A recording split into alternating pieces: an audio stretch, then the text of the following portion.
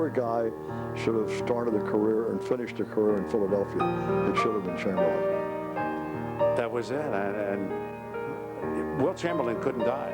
Wilt Chamberlain was immortal. His shadow followed me throughout my entire career, and his name opened a lot of doors for me. Coaching Wilt Chamberlain was the greatest experience any coach could ever wish for.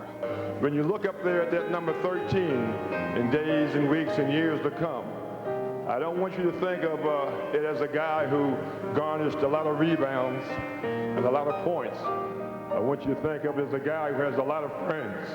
I'm going to count you guys all among them. Thank you very kindly.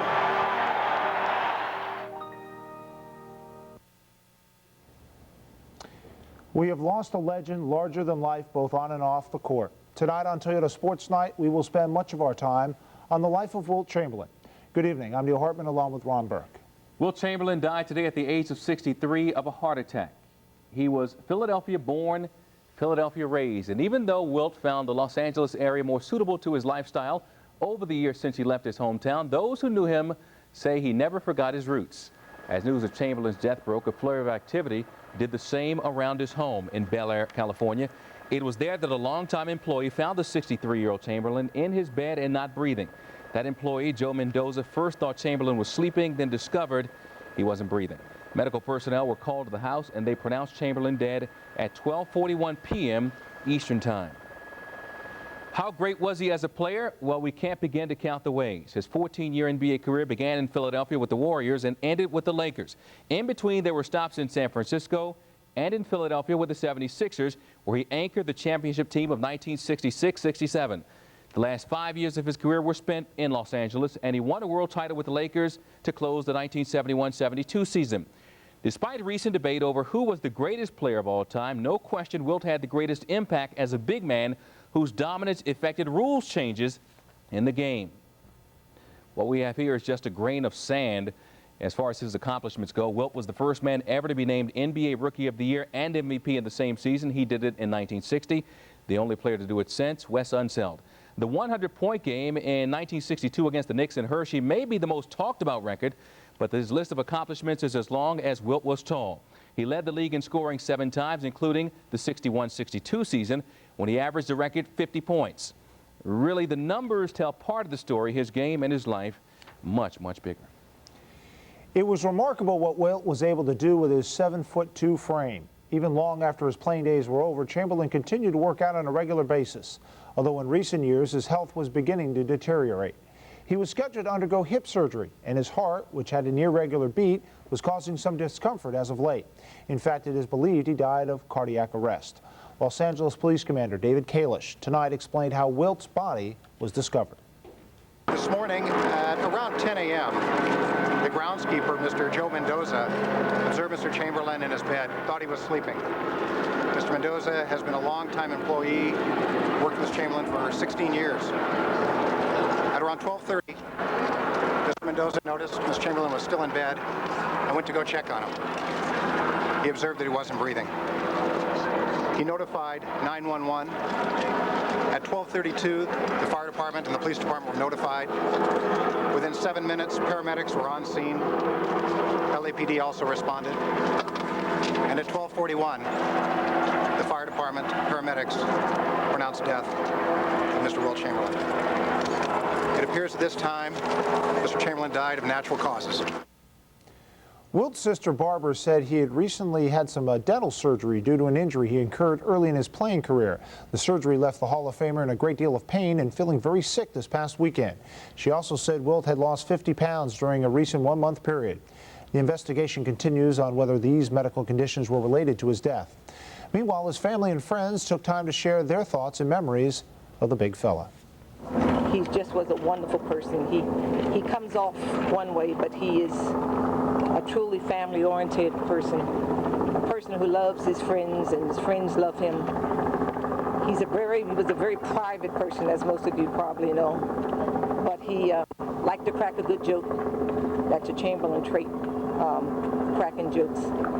He is a person that will always be one of our favorite people, not only because he was a great basketball player, but he was a great son, a great brother, a great uncle. and he was just a nice person. In my opinion, he was one of the brightest, most intelligent guys I've ever known. He was more inquisitive than anybody I knew. He was interested in everything. As an example, he was just taking saxophone lessons. He was writing a screenplay about his life. He's been in myriad businesses. He's interested in world affairs, and sometimes he'd call me late at night and he'd want to discuss philosophy or anything that came into his mind. He was really a man for all seasons. We truly lost one of the icons of professional basketball. And more importantly for myself, someone who I've known for almost 40 years. I got to know as a player. I think at the point in my career when I was really maybe doubting whether or not we could win a championship, he helped reinvigorate me personally and helped us to get to our first championship here in Los Angeles. But this is really a sad day for me personally. And I mean, you just don't think things like this are going to happen to people of his stature.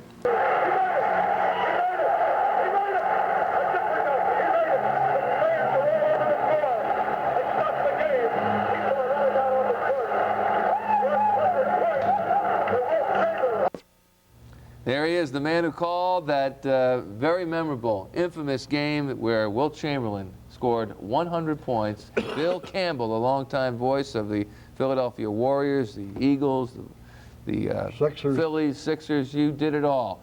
And what were your recollections of that night at Hershey Arena?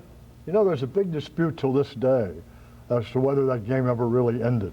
Even the two officials, Willie Smith and who was the other one, Phil? I'm not sure. Joe, I can't remember. Ambrosia, Pete Ambrosia. Willie Smith, they can't agree whether or not the game actually finished. The people ran down on the floor, and there were seconds left. They never completely finished that game. That is my recollection. Harvey and I talked about that a lot. They never really finished that whole thing. My fondest recollection of that, Michael, is that after the game was over, he scored 100. You knew he was going to score 100 in the third quarter or get close to it. My big recollection is that the game ended, he took a shower. You know, Wilt lived in New York and played in Philadelphia. You know, like a 9-to-5 job, yeah? He jumped in a car with Willie Knowles and 2 other New York Knicks and went right back to New York. And I was watching last night, Comcast Sportsnet, we re-aired Al Meltzer's Where Are They Now, which is actually a 76ers production. And we re-aired it, and Wilt was telling the story about going back with the Knicks and how he just fell asleep in the back, but the whole while they busted his chops saying, I can't believe he scored 100. I can't believe he scored 100 on us. Can you believe he scored 100? And by the time Wilt got out of the car, he said, guys, thanks for the ride, and I'm sorry about the 100 points. Would you believe, Michael, that we didn't tape that game?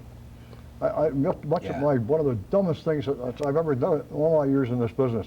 Of course, they didn't tape then like they do now. As you know, we tape every breathing second now. Then they didn't do that. I never thought about taping it. My technician never thought about taping it. The guy back in the control room at WCAU never thought about taping it. The next day, I realized driving home, I said, oh, I can't believe the guy scored 100 points and we don't have any tape. The next day, a guy called me in the office, and he said to me, Mr. Campbell, I'm sure you have a tape of this game with your highly skilled technicians and everything, but he said, I taped it at home. He said, would you like to have my tape? I said, oh, I'd love to.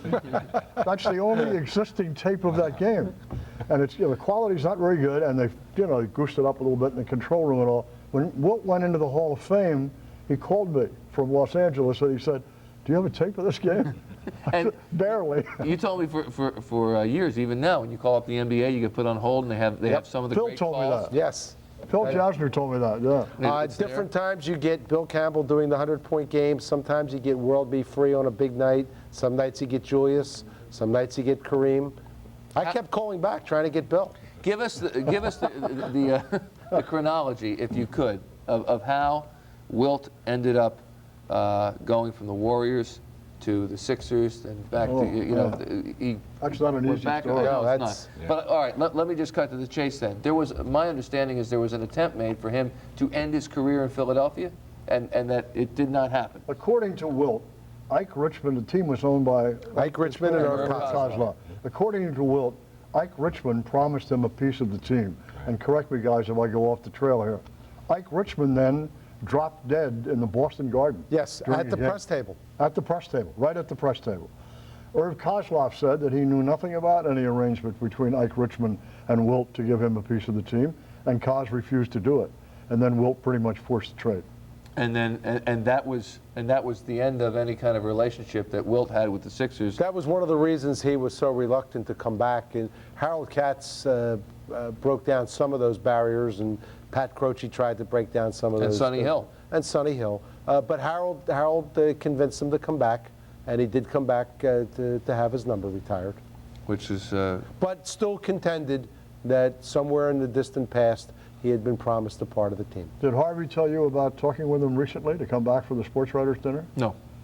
Harvey just told me this today. Yes. Sports writers dinner that's coming up, the upcoming, to honor Wilt as the #1 national athlete. Of the century. Of the century. He called Wilt in LA a week or 2 weeks ago. But they had to get back to confirm dates. Confirm a date. And Harvey got busy with some other things, and now kind of looks back and is kicking himself for not having made the call. Yeah. The other question we've been exploring over the past 24 hours is how a giant of a man like this, a guy who looked like he could, when Al Meltzer said, I went out there to talk to him a year or so ago or last spring for the special that he did. He said, you know what? Standing next to him, it looked like if he wanted to suit it up, that he might be able to spell some of the centers in the NBA for some time, which is why this came as such a surprise, as such a shock. Right. And can you get it through your head? The only word I've ever used or could even conceive to describe Chamberlain is the word presence. He was such a presence, no matter where he was, when he walked into the room, when he walked on the court.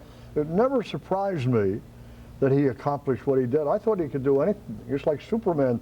The biggest surprise he ever gave me was yesterday when he died. That was the biggest surprise, because the guy was larger than life, you know. The lives that Chamberlain affected spans decades, from the players of today to those who took the court with him at Overbrook High School so many years ago. And as Al Meltzer reports, by the end of his 14-year NBA career, the Big Dipper revolutionized the game of basketball, both on and off the court. Most amazing man that I've ever seen.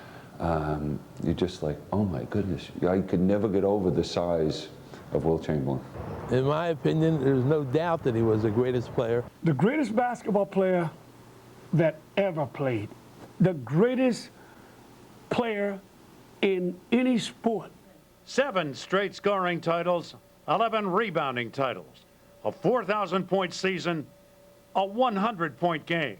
Each represents just a fraction of Wilt Chamberlain's dominance over the game of basketball, and how this Philadelphia legend forever changed the face of the game. You're talking about the rule book being changed because of this man. It never happened before. They stopped allowing high school and college players from dunking the ball because of Wilt. He made it so easy. 6 feet. He could turn around and funnel the ball. He could lean over anybody and just funnel it. If he didn't get 20-some rebounds in a game, it was something wrong with him. And as far as scoring, who could stop him? And his defensive exploits were something that nobody really recognized, because his offense overshadowed his defense. We kept the game one game when they played at the Warriors played in Philadelphia in the 59-62 period, where he blocked 25 shots in the game. That was before shots, where block shots became a legal statistic.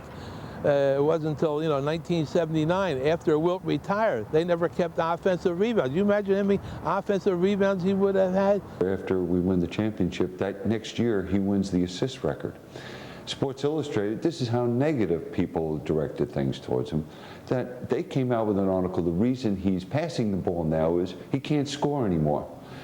And I think it was a 3 or 4 game stretch that he averages 60 points a game. And then he goes back to the assists, just telling everybody, listen, this is the way I have to play for us to be the most successful team we can be. And now, for the first time, he's surrounded with players that can complement his talents, but to have the versatility that you can change your game, that drastically to help your team, you know, there's not many players. If man is able to change the dimensions on an athletic field, if he's able to get people to change the rules to keep you from reaching your potential, you gotta be the greatest. Spectrum, home of the 67 76ers, voted by the NBA as the greatest basketball team of all time. And the greatest of the great, number 13, Wilt Chamberlain, his records are in the book. Well, what about the man? I still can remember the first day I ever saw him. He had showed up late for training camp, as usual. And we were staying down in Margate, New Jersey. We were staying at the Canterbury Halls, an old motel in Longport, right? And we used to train at the Margate Jewish Center. And I remember looking out over the balcony, and here was this man unfolding out of this Bentley. And I'm a few stories above him, and I just couldn't believe what my eyes were focusing properly, and the size of him. And the first day of practice, I remember I did something, and I was cutting through the basket, and Wilt had his back turned, and I ran into him, and I hit the floor, and I almost knocked myself out running into him. He was just so, to this day, seeing him a month ago, I've never been around somebody that had the presence that Wilt Chamberlain had. We're playing at Haddington, and Wilt takes one of my shots out of the air. I call timeout. He took it out of the air and scored the basket. I don't get credit for the basket. I said, no, no, no, you don't touch my basket. He just looked like this down on the ground. But a couple years later, he lifted me off the ground. Humble? Yes. But he grew up to be the giant that he really was later. Whether it was Billy Cunningham playing with Chamberlain on the Sixers or John Chaney teaming with Wilt on the playgrounds of Philadelphia, the Dipper touched many people and always left a lasting impression. I think it was openly known around the city, around the country. They used to tease that if you want to get through Wilt, you had to come through Vince Miller. And that's the relationship people knew we had and that we kept together. And probably the one thing I regret, I never told him I love him. Good evening, everyone. I'm Michael Barkan, just off Section 108 here at the First Union Center. Tonight, 4 men who were lifelong friends of Wilt. That's a very exclusive club, one whose members treasure their membership. What's on tap during the next half hour? Some love and affection for a true friend who never, ever forgot his roots. We're talking about Wilt Chamberlain, and let me introduce to you an executive advisor to the Philadelphia 76ers, the creator of the Sonny Hill League, director of the Baker League. He is the man in Philadelphia basketball, Mr. Sonny Hill. Thank you for joining us. That's all because Wilt and I are friends. So no, that's how you'll be able to do that kind of stuff. Are you kidding when me? you can get Wilt on the phone, you know, and you can get him to do something, you know, all these good things follow. Thank you very much. My pleasure. Another gentleman who could get Wilt on the phone from LaSalle University Communications Department, a former writer for the Philadelphia Bulletin, Daily News, former color analyst on Sixers games, and Sixers public relations director, Bob Vitrone. Robert? Good to see you. Good to see you. I know you first hear of Wilt Chamberlain. Well, Sonny may be able to correct me on this. When he was about 12 or 13, we used to have touring teams. And this team went down to either Hagerstown or Cumberland, Maryland, and under the name, I believe, of Andy Maddox, who was a real player in Philadelphia. You're not supposed to tell anybody that. Come on, keep going. Keep going, Bob. Amateur status. People thought it was Wilt. And we began hearing stories. And then about his prowess and everything. And obviously once he got into high school, and while I didn't cover the high schools, Jack Ryan did, and just little by little you got to know him. And I want to touch on something Speedy said, and I don't know, of course Speedy can more, or Speedy, Sonny, you're nice enough to be Speedy. That's an S in the front of it. Right. In those days, and I remember one game explicitly, Temple went down and beat Kentucky. Guy Rogers, Hal Lear, and the lead sentence in the Louisville paper, led by a pair of dusky sharpshooters. You know, as a kid's 18, 19 years old reading that stuff, you know, they play. So you can imagine what 6'10", 6'11". Dusky sharpshooters, meaning? Hal Lear and Guy Rogers. Right. Two black guys. Yeah. In Lexington, Kentucky. And I was with Guy in some of those tournament stuff. And I began to get a feeling for what they were going through. And through people like Sonny, Wally Jones, you begin to understand. I don't know if you ever appreciate, but you begin to understand what they were going through. And I still refer to it. I wish I had saved that article. You know, led by dusky Michael Jordan. Could you imagine that today? You know. Would never happen. Right. So, but that was my introduction to Wilt. And little by little, and then I covered the Big Five for the Bulletin. But now for the 66-67 season, they come up with Alex Hannum, who I loved as a coach, Ramsey, the general manager, Wilt, who I knew, Wally, Larry Costello, Billy Cunningham, all friends of mine, Billy Melchione, Matty Gucca. So I asked the boss at the Bulletin, Jackie Wilson, could I cover the pros now after 20 years of, he said, you can, but if you don't like it, you're not going back on the colleges. You come and sit your fanny in the desk in the office.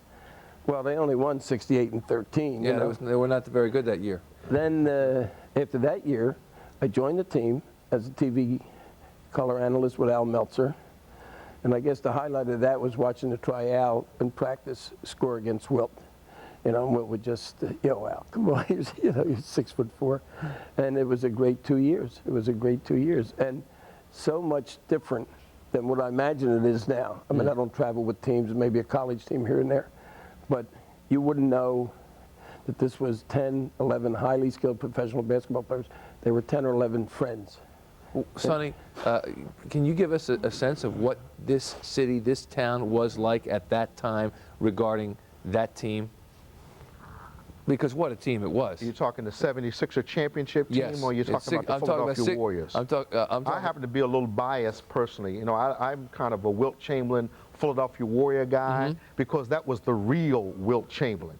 The guy. What do you mean by that, as opposed to 66, 67? Well, the real Wilt Chamberlain was a tall, skinny, powerful young man who not only scored whenever he wanted, got all the rebounds when he wanted, but ran the floor like a gazelle. You know nothing about that. I like to tell people the story. Wilt would go up with the Philadelphia Warriors and get a rebound and kick it out to Guy Rogers. And Guy Rogers would dribble down the floor, wrap the ball around his back, and throw the ball up in the air like this, and he'd go back down the floor. And Wilt would come out the sky. And he knew Wilt would be there. I mean, that's the real Wilt Chamberlain. The guy that we saw who changed his game so that his team could be complimented by what he did was really a shell of the real Wilt Chamberlain. So what Wilt Chamberlain we talking? We talking about the real Wilt Chamberlain with the Philadelphia Warriors, the real Wilt Chamberlain who was a championship player with the Philadelphia 76ers, or the Wilt Chamberlain who gained weight and became a guy who set screens and played defense and threw the ball out to Gail Goodrich and Jerry West and Jim McMillan. And which Wilt Chamberlain are you talking about? All of them. We're talking about all. So I'm really breaking it down not only for you, but I'm breaking it down for the listening audience, because the reality, there's only one dip. The dip that we know and love is the skinny guy who just took it to the hoop, and then on the other end he said, excuse me, I'll close the defensive end down because I can go up in the air and catch your ball in my stomach. The last in-depth interview Wilt Chamberlain conducted for a Philadelphia audience was done by Al Meltzer for Comcast Sportsnet earlier this year. Big Al spent many years covering Wilt. Back in May, the two reminisced at Chamberlain's Bel Air home about his basketball accomplishments and his days in Philadelphia. Hello there, everybody. I'm Al Meltzer, and welcome to Philly Zone. Where are they now? The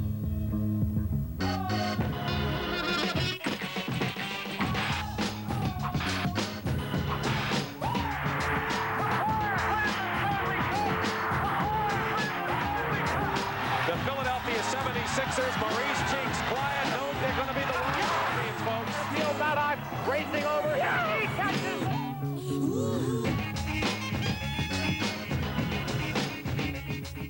We have come to the mountain, Bel Air, California. And on top of the mountain, there's a house. And do you know who lives in the house? One of Philly's very own, Wilt Chamberlain. Let's start with, what are you doing now? I'm doing pretty basically the same thing I've been doing most of my life, trying to enjoy it, understand, to the best of my ability. I think, though, that there's been some maturing in what I see as enjoyment. And maturing would be is I'm lucky enough to be financially able to do most things in life that I would like to do. So whenever I do anything that involves money, I allow that money to be played upon in the different funds and the different charities that I'm involved in. I mean, before I was sort of greedy. Everything I was out there for Wilt, trying to get more money in my pocket for me. And now when I make a deal, I only make a deal with a charity in mind. And one of the biggest charities that I'm involved with, which takes a lot of time, is our rock and roll marathon, which we do in San Diego, which we have a second one in around May 24th, 25th weekend. And we are lucky enough to be hooked up with leukemia and some other people that we do work for. And last year on our first one, we made over $17 million, Al, which makes you feel really proud that you can do some things of that nature. I think the perception is that because of what's being paid today, that you made tons of money when you were playing, and you got it, and that's where but you generated an awful lot of income on your own after you stopped playing basketball. Well, as a businessman. Well, you know, I was lucky, and I like to be thought of as a businessman, but really what I should be thought of as a guy who had a lot of good business friends. You know, all the way back from Ike Richmond to Eddie Gottlieb, to the Kutchers, to just a whole number of people who passed on some of their business accoutrements and skills to me. But while I was playing, you must know that I own nightclubs and so on and so forth, which was somewhat frowned upon. In fact, I was asked at one time that, Wilt, we don't like the idea that you own Small's Paradise, which was in Harlem. And I go, well, I can understand that some bad people come to these places and so forth, but I said, I run it as a business. It's a jazz club, it's a music club, and I love music. And then I said to him, but you also must understand something else. I'm making about 5 times a year there than what you guys are paying me. So if I'm going to give up anything, unfortunately, it has to be basketball. But as a businessman, I want to jump over a little bit. Right. If you weren't Wilt Chamberlain, what would you have been? Well, meaning that, what would you have chosen? That was asked of me in Milano, Italy, when I took my doctor, Dr. Lorber from Philadelphia. We went over to Europe to spend some time, and I had a big press conference, and so the Italians, through interpreters, were asking me, if you hadn't been a basketball player, what would you have been? And I looked out the window, and I saw there was an exhibition for Leonardo da Vinci. And I go, well, you know, if I hadn't been a basketball player, I would have liked to have been like Leonardo da Vinci. Now, if you know anything about Leonardo da Vinci, he did everything. I would have probably done 2 things. Either got into being an architect and a builder, or either I would have liked to have been into commercials. Because I kind of think commercials kind of sort of run this little world of ours a little bit, you understand, you know, as can be proven by guys like Michael Jordan. You know what I'm saying? And so owning a commercial entity of some kind where I could write commercials and get commercials out there, that still stokes me. You know, see a great commercial. I'll watch TV sometime just to see great commercials. Are you still a fan? Not just basketball. Are you still a sports fan? You were kind of a sports junkie. You like all sports, most sports. I would say, you know, there's no one bigger. I am a tennis junkie. I'm still a basketball junkie. I watch 5 and 6 games. I got 3 satellites in my house right here. Got satellites in my restaurant and stuff. And I watch everything. When we come back, Wilt takes us back to where it all began, the playgrounds of Philadelphia.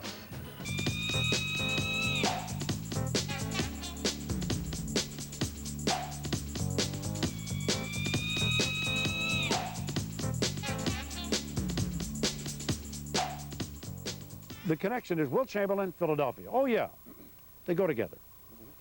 And yet they haven't been together in a long time. They feel that way about you. Do you understand that at all? Yeah, I understand that a great deal. You know, most, if you're a bear, sometimes I think of myself as a grizzly bear, you know, who's a little bit of a loner, and no one, I think, loves people any more than I do, but also feel like to some degree I am a loner. And, you know, when the mama bear has her 2 cubs for 2 or 3 years, and then she sends them out in the world on their own to go out there and make their life for themselves. My leaving of Philadelphia was to go out to make a life in this world on my own. I am rooted in Philadelphia. I tell people that almost everything that I owe to my financial situation and to my good upbringing and incredible memories, which may be the biggest part of your life, are Philadelphian. You understand? And they're Herculean within my mind. Let me tell you how I feel about Philadelphia and those people there. They may be the only team that I can name you some guys that played with me when I was only in junior high school in 10th, 11th, 12th grade, Claude Gross being one of them, John Chaney being another one, guys you wouldn't know, a guy named Gainey and a guy named Theophilus Lord and Hal Lear and Guy Rogers were sitting on the bench, not able to get in and even play. That's how good these other guys were. We could have beat anybody. But I was lucky enough to be raised with these guys who knew basketball inside out and were so talented and were so good. And, you know, they taught me the game, the nuances of the game and all those things without even trying to act like they were teachers. I love Philadelphia, not because you don't see me there every day, but it's very much a part of me, very much. Do you remember the first time you picked up a basketball to play with it? Yeah, it would basically be Shoemaker Junior High School during our gym period, because in the gym period there were baskets up there and they gave us basketballs to play with, and those group of guys out there, those old friends of mine, we started doing that. And then the first league I joined to play basketball would be PAL. Was the PAL League, you know. Then I used to play in a church league, St. Matthew's Church, and I used to play in all these little leagues around, you know, and the Narberth League and these different little leagues. But PAL was the first formal league I ever played in, and the first time I ever picked up a basketball would be Shoemaker Junior High in 7th grade. We had a group of guys, Vince Miller and Howard Johnson and Marty Hughes and a guy named Tom Fisher. We all got together in 7th grade and fell in love with the game at the same time. And we had this thing to grow inside of us that we one day wanted to be all on the starting team of Overbrook High School, because there was Jackie Moore there, and there was you know, Hal Lear, all before us. We had all these incredible guys to look up to. And then, you know, you had the Philadelphia Warriors, you know, with Jack George and Nelson Nitzy Bob, and of course Joe Fawkes scoring 60-some points, and Paul Harrison, who was everybody's dream. Everybody wanted to have a jump shot like Paul Harrison, you know. And then you got, you know, you had the Big Five in Philadelphia with Gola and LaSalle leading the way, in Villanova, you know, that had two All-Americans, Schaefer and Devine, on their team. And one of the great stories that we have as high schoolers is that they ask us to, you know, have some scrimmages against them. And there was these scrimmages, there were no scores were kept, you understand? And we went over there and played against these two All-Americans and a school that was ranked number 2 and 3 in the nation, the college. And yes, we kept the score, you know. Well, there were great players in Philly. Yeah. But the greatest player in Philly didn't stay in Philly. Now, why did you not go to a local college? Is there any particular reason? Well, you know, there were several reasons. One, the only one negative one that I remember them asking Ken Loeffler, you know, was he going to try to get me at LaSalle? And Ken said no. I like 6'7", 6'6" guys who really are mobile and can do it all. Now, I always want to ask him, well, what is mobility? I mean, I think I got a little mobility, you know what I'm saying? But that was his choice. And I always remember, I mean, it hurt me, and I remember reading about that. But my second choice of all schools to go to was the University of Pennsylvania. Because, see, I was a track lover, and the Penn relays and the response that, or the way that the University of Pennsylvania treated track and field was to my liking. But Red Auerbach, who was coaching me up in the Catskills then at Kutcher's Country Club, knew that they had a thing called a territorial draft. And he said to me, how would you like to go to Harvard? And I'm going, Harvard? I mean, you know, yeah, right. You know, so I'm going, Harvard. You know, I mean, I knew that Harvard was prestigious and all that, but I had never even dreamed about Harvard. He said, I can get you a governor's grant to go to Harvard. You understand? He said, don't you give out two a year? And he says, how are your grades? Well, luckily for me, I had great grades. Yes, I could have gone anywhere I wanted to go. So he said, I want to get you to go to Harvard. Well, you know, Red and I weren't really on the best of terms most of the time anyway, because Red had trouble with me. He had trouble getting me to come to practice when I wanted to make money. He had trouble, you know, doing a whole lot of other things. And one day he told me, he says, "Well, you got to come to practice today because tomorrow my #1 draft choice is coming in town, and he's going to be playing, and he's going to show you what basketball is all about." And the guy's name was Chet Noll. And he was drafted in 1954 for the Celtics, right? So Chet Noll comes in, and we have a scrimmage that night in front of a lot of the Kutcher fans and faithful. And when the game was over, you know, I had, you know, about 50 points or whatever and 30 rebounds. And I remember blocking Chet Noll's about 50 times. I blocked every shot he shot, right? But I did it on purpose because I'm trying to get it red, right? So when the game was over, I come up the rest of the red. When is that guy coming you were talking about, you know, who's going to be the #1 draft choice for you guys? Because I'm still waiting. I'm still waiting for him. From day one, when you were, what, 12 or 13 years old, you understood that you were different, special. And the world expected nothing but perfection from you from that point on. What kind of pressure was that? Well, I remember Father Allen, when he came to visit my mother, he said to her, and then he said to the press after, Coach of Kansas, yeah, said to her and said, he said, "Miss, your son is a rare talent, and I could take 2 Phi Beta Kappas and 2 co-eds, and we will definitely win the national championship." Now, that's just to highlight what people did expect of me. So when we didn't win, you know, then all of a sudden you didn't do whatever. We played against a team that was #1 in the nation, North Carolina. We lose in triple overtime by 1 point, and we're #2. That's the way it's supposed to have been. But it turns out that started to turn me as a loser, because I was not giving some people what they thought was just a natural thing that I should be able to do. When we come back, Wilt talks about winning, losing, Bill Russell, and one magical night in Hershey.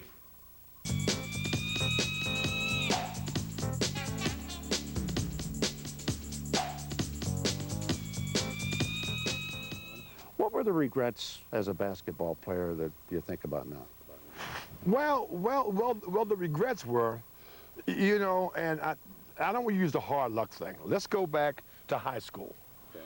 I lost my first major high school game to a team called West Catholic, who was a very good basketball team, and they beat us because a guy named Lindsey Nelson, who I had a chance to talk to a few years ago, had a great game and scored 34, 32 points, and they beat us by 1 point. Your brother-in-law played on that team. No, that was Claude Gross, who played on Franklin. Oh, Franklin. And Franklin beat us, was the only team that beat us in the public league ever. Right. But this was for the city championship, and we lost by 1 point to West Catholic. 1 point to West Catholic. Now I go to University of Kansas, and we lose by 1 point in the triple overtime to North Carolina. Now I'm in the pros, and I guarantee you, Al Meltzer, and because I go over this, I love numbers, and I go over it. If you could give me 10 points in all those games, those 7th games that we played against the Boston Celtics, instead of Bill Russell having 11 rings, I would at least had 9 or 8. You know, just a matter of 10 points in all those 7th games. We lost more games by 1 point, by 2 points, by 1 point, by 2 points. I mean, some guy making, Nelson shoots a shot, hits the back of the rim, bounces up to the Big Dipper way up there, kisses the stars, and come back and goes in. You know, I'm called for a goaltending by Mindy Rudolph, and in the corner on a shot that I go and take out of the air from Heinsohn. You know, and don't ask me how I remember this. I've never forgotten them. You understand? I mean, it goes on and on and on about the games that we lost by 1 point. Putting the ball on a play. He gets it out deep, and Havlicek steals it. Over the stand goes. Havlicek stole the ball. It's all over. It's all over. And so then now I use this scenario.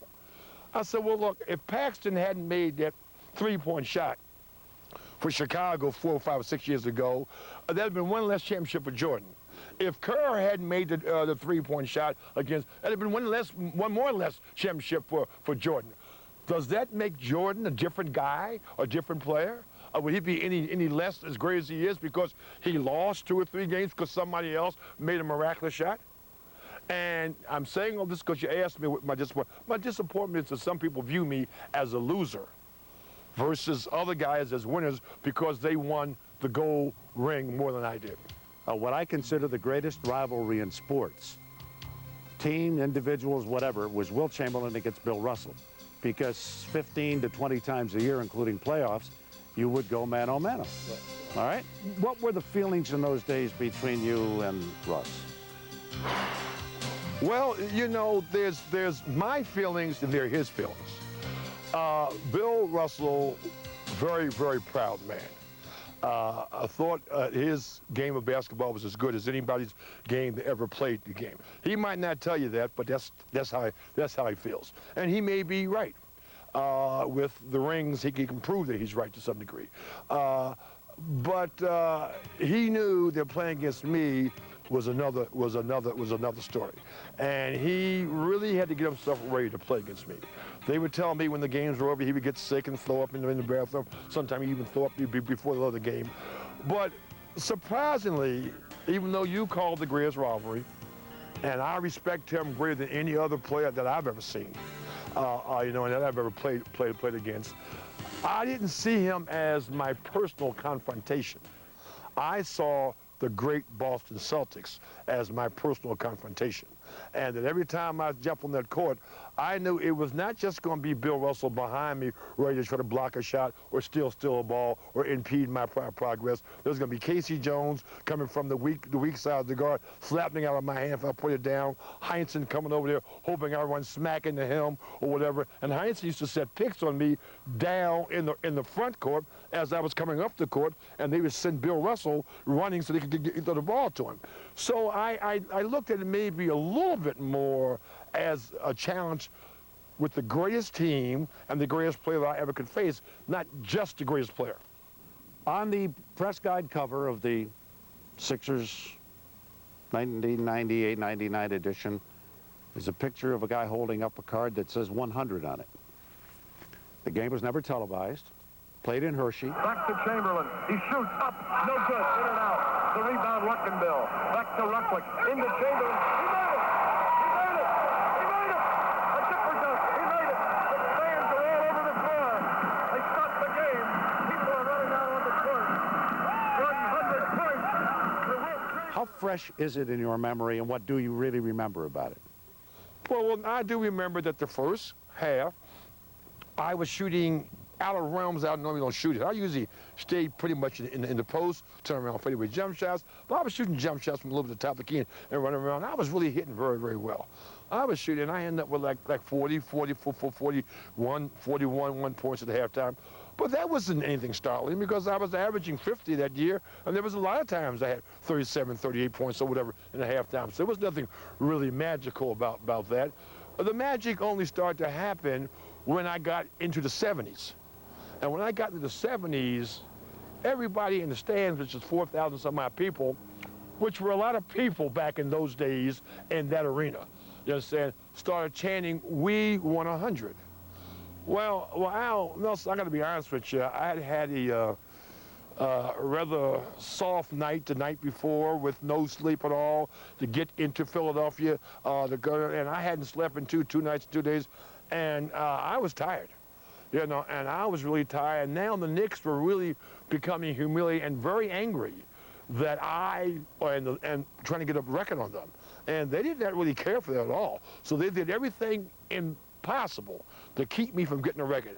So I understand that Fuzzy then calls timeout and says, if anybody shoots the ball before 23 seconds, I'm taking them out of the game, and I want you to foul anyone on their team who gets the ball, and don't let Wilt get the ball, and all sorts of things that just didn't make any sense. You know, so I find this out later on from Willie Knowles, but in the meantime, it started happening, and they were really, so now my team is giving me the ball in the back court, so they can't get fouled. Now, what if I went with the ball in the back court? I'm tired enough to get up to the front court. But I was now close. It was 92, 93 points. So I felt like, well, I might as well go ahead and go for it.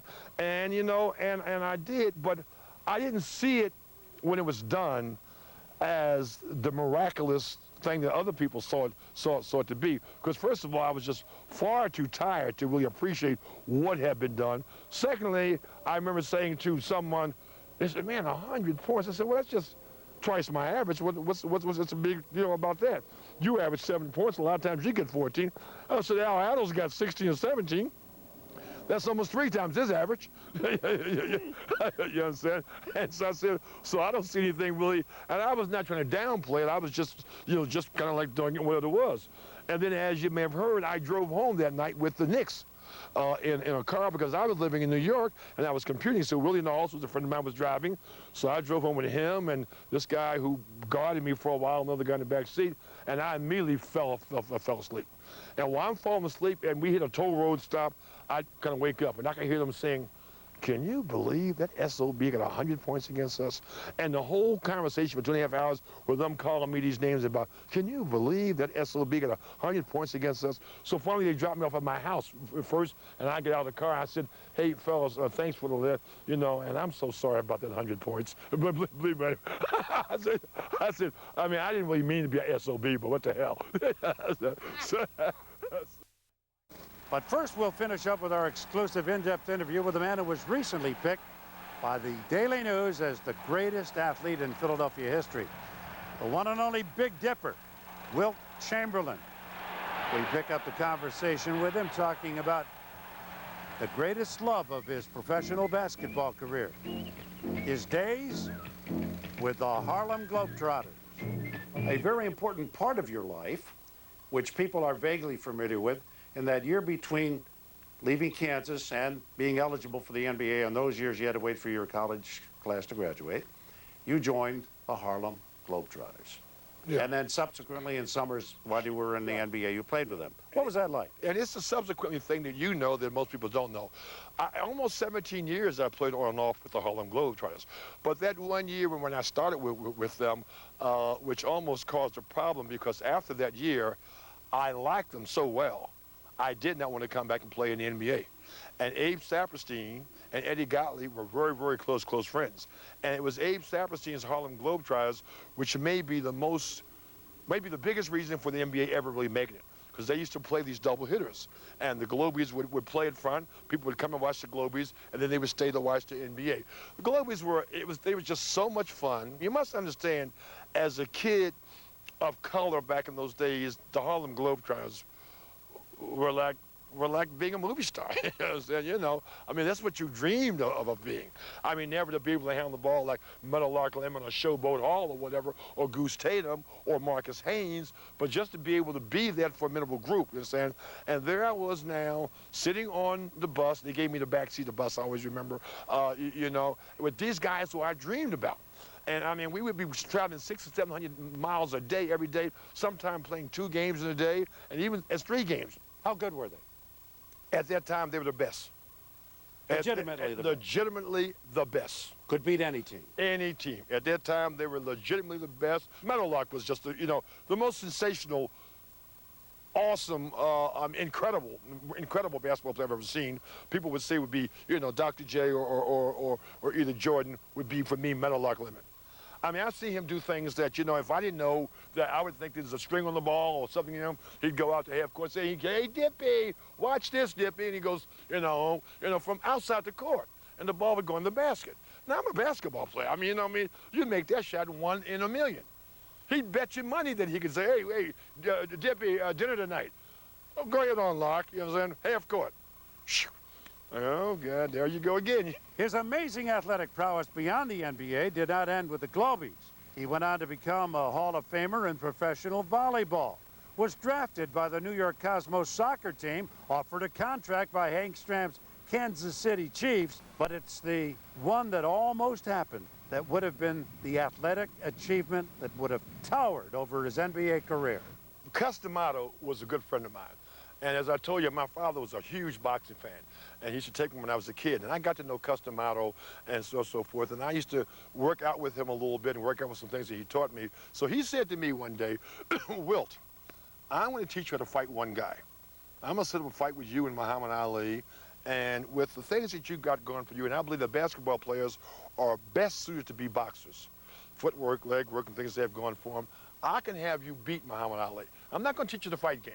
I'm going to teach you how to fight just one guy, because we know everything there is that he can do, and he will not know anything that you can do." So I remember saying, "Oh, yeah, well, that makes sense to me." I said, "What happens if he hits me one time?" He says, "Well, see that? Now that," he says, "why I know I want you. Because if you're not afraid of being hit, then, you know, you might do something foolish. You want to be fearful of that, he said. And so he got me ready to thinking about fighting Muhammad Ali.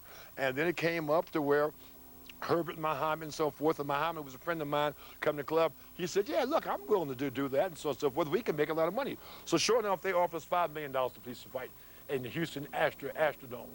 And I remember leaving my place in LA, and my father's a big fight fan.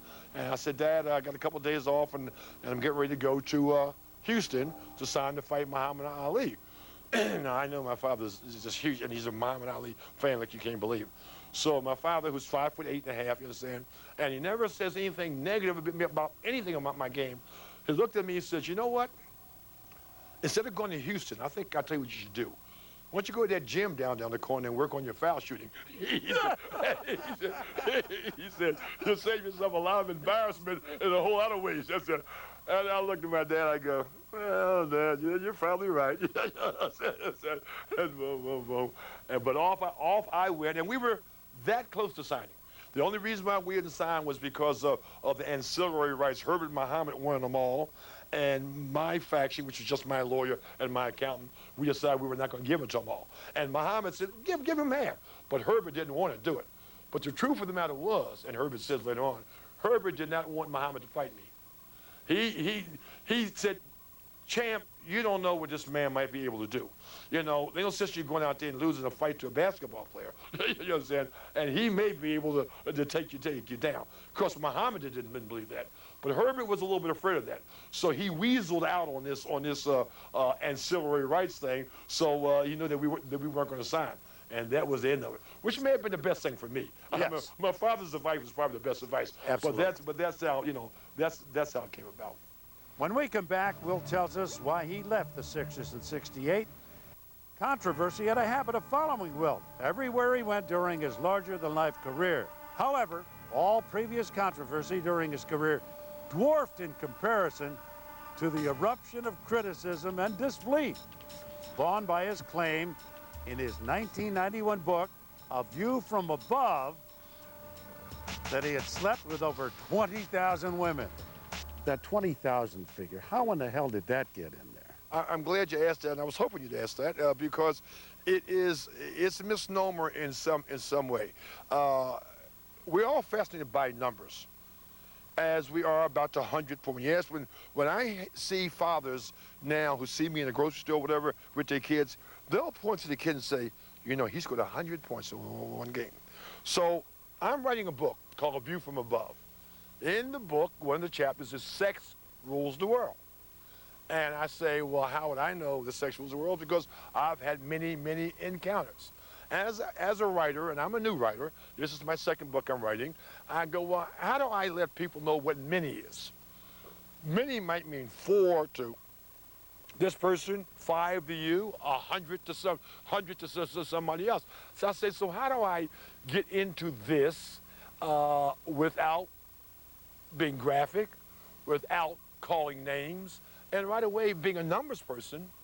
I said a number is what will do it. You understand? So I thought of a number that was a round number that may be close and maybe whatever, and I used that number. Now, of course, to the average person, that number is so preposterous that I can understand them not believing it. Believe me, I can fully, oh, what is Will, full of it? I mean, I understand it. People who know me, they know that number may be less than what I said. So, but the point of using a number, first of all, was to show people that sex was a great part of my life, as basketball was a great part of my life, and that's one of the reasons why I was single. But here's the point that bothers me, and 2 things bothers me. I was incorrect by not telling people at that particular time, but this is a different era. This is the era of many diseases that can be fatal and so on and so forth. And I'm not giving you guys a number to go out there and try to be another Wilt Chamberlain or Earl Flynn or whatever. And I should have been a little bit more in depth about being descriptive about this is not the time, because I came along in the 60s when women discovered the pill, and they all of a sudden became very much out there too, and it was a different sexual situation going on then than it is in the late 80s and the 90s, and I did a very poor job of describing that. But what I did do in the last few sentences of my book, of that chapter, I'm sorry, I said, but for all you men out there who think that having 1,000 different ladies is really cool, I have learned in my life to find out that having one lady 1,000 different times is much more satisfying. And no one ever picked up on that. That wouldn't sell the book. Wouldn't sell the book. While his book might have created his biggest controversy, the one that means the most to the Sixer fans is his forcing the trade in '68, 1 year after the Sixers' greatest season ever. You've played on the greatest team that ever played. They win a championship. You have won your first ring. You were the happiest man in America. Absolutely. But shortly after that, you leave. And you go to L.A. Okay. Is there a story there? Yeah, there's a story there. I had become very compassionate and really, truly respectful and friendly with Alex Hannum. And they called me into the office, they being Ramsey and the owner, Irv Kozlov, called me in the office and offered me the coaching job. And I said to him, well, what happens to Alex?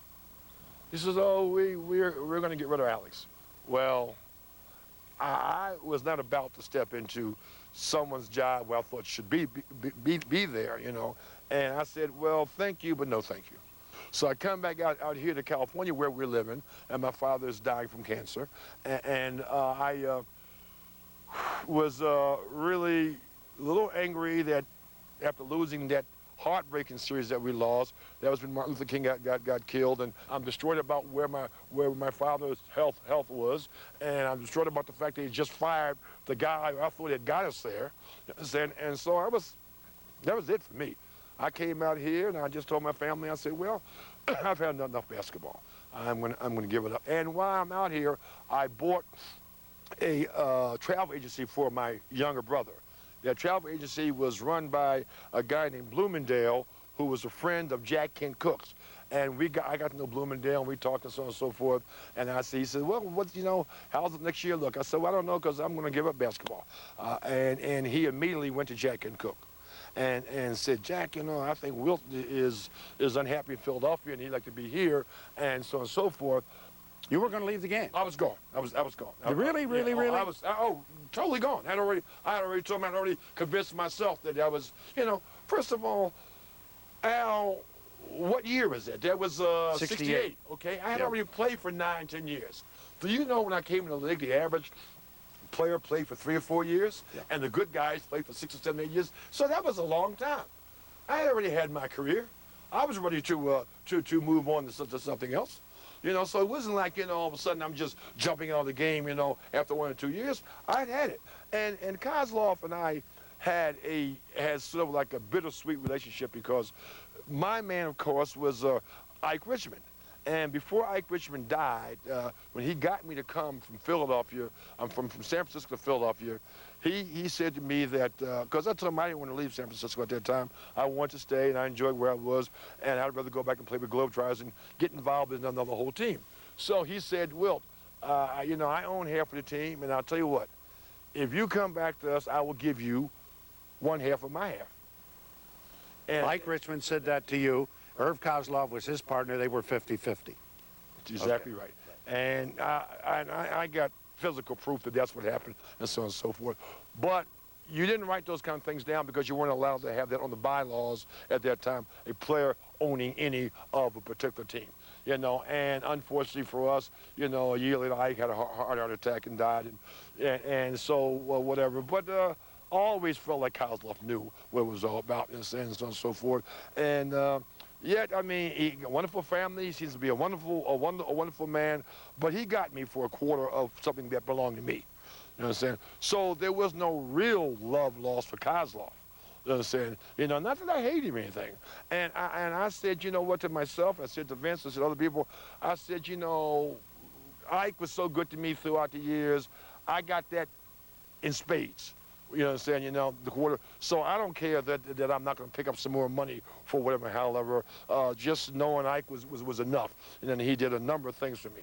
So that's what that was all about. And I came back out here. I was through with it, you know. And that was it. But Jack had a hammer. Yeah. I didn't realize you had the hammer, that you really would have quit. I was gone. To say that Wilt Chamberlain is unique is not quite all of it. Wilt Chamberlain is complex. The reason I say that is because we have 2.5 hours of videotape of a conversation. So we could have done 4 or 5 of these shows, and we could have done a couple of more hours. And the reason being that one question always led to an answer that led to another question and went off in all kinds of directions. The complex man. Unique? Sure. A 7-footer who ran like a gazelle, with the intelligence of a scholar. That's how he fancied himself. And do you know what?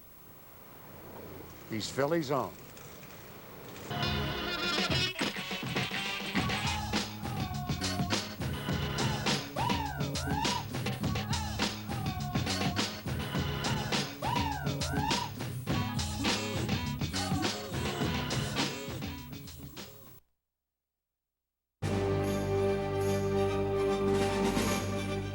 Here's the big fourth quarter, and everybody's thinking how many's Wilt got to get. He's got 69 gone in. Here's the pass to him. He's got another one. It was late in the season in Hershey, Pennsylvania. About 4,000 or so people were there. The game was not televised. Chamberlain at 75 with 10 minutes to go. History being written tonight in Hershey. I don't think any of us realized that Wilt was on that much of a tear. Then Dave Zinkoff announced Dipper 82 points, and literally Wilt's eyes lit up. In the second half, the team decided that maybe they can get 100, so they were feeding him constantly. And foul shot up in the air. He has 84. 146 to 126. If you know anybody not listening, call them up. Little history you're sitting in on tonight. There was a sense of complete dismay and of franticness on the part of the Knicks. They didn't want to be part of that particular negative history.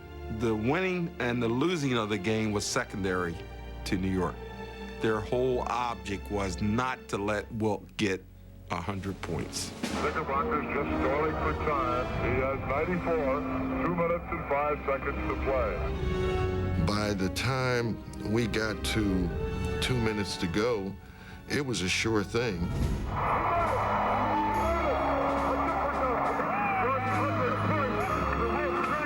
There must have been 46 or 47 seconds remaining in the game. People just ran out of the stands just to touch Wilt, just to be there.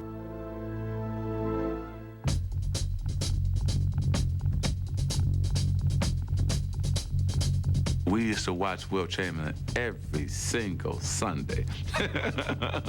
The Big Dipper. People don't understand how big he is. He like blocks out the sun. The sense of size in Wilt Chamberlain is the essence of the man. It's just there. You just feel like you're in the presence of some giant. You really can't tell how big he is until you actually see him. And he shook my hand, and my hand disappeared, and I'm just going, I don't believe this. Wilt was simply, a man-child in a game where it was just simple. He got 55 rebounds in a game. Wilt averaged 50 points a game for a full season. 50 points a game. I think probably Wilt dominated the game more than anyone else. And the reason I say that because Wilt could do it on both ends of the floor. Offensively, no one could guard him. And defensively, Wilt was going after every shot. Lenny Wilkins cast off a shot that appeared to be 3 feet above the basket. And Wilt jumped up and caught this ball with one hand. The referee called goaltending. And I hollered at him, how could you call that goaltending? And he says, Guy, what I just saw is not humanly possible. Wilt Chamberlain played 80 games one year and averaged over 48 minutes a game. He never fouled out of a professional basketball game in his entire career. He was the only guy that could change the landscape in basketball, change the rules.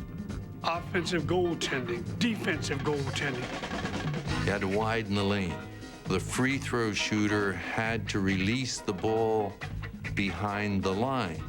Wilt could take off from the free throw line and dunk the foul shot. Whether you cite the game where Wilt scored 100 points, or the season where he averaged 50 points a game, or the fact that he played every minute of every game one season, they all point to the fact that this man dominated his sport. Wilt Chamberlain did things with a basketball that left people astonished. He did the same in death. Wilt Chamberlain couldn't die. Wilt Chamberlain was immortal. If ever there was a guy who you thought might live forever, it might have been Wilt Chamberlain. Wilt Chamberlain is immortal. He'll never die. We'll all die before him. He was the strongest man in the world. He could do things that nobody could do. There's only one of a kind. One of a kind means you're unique. He was unique.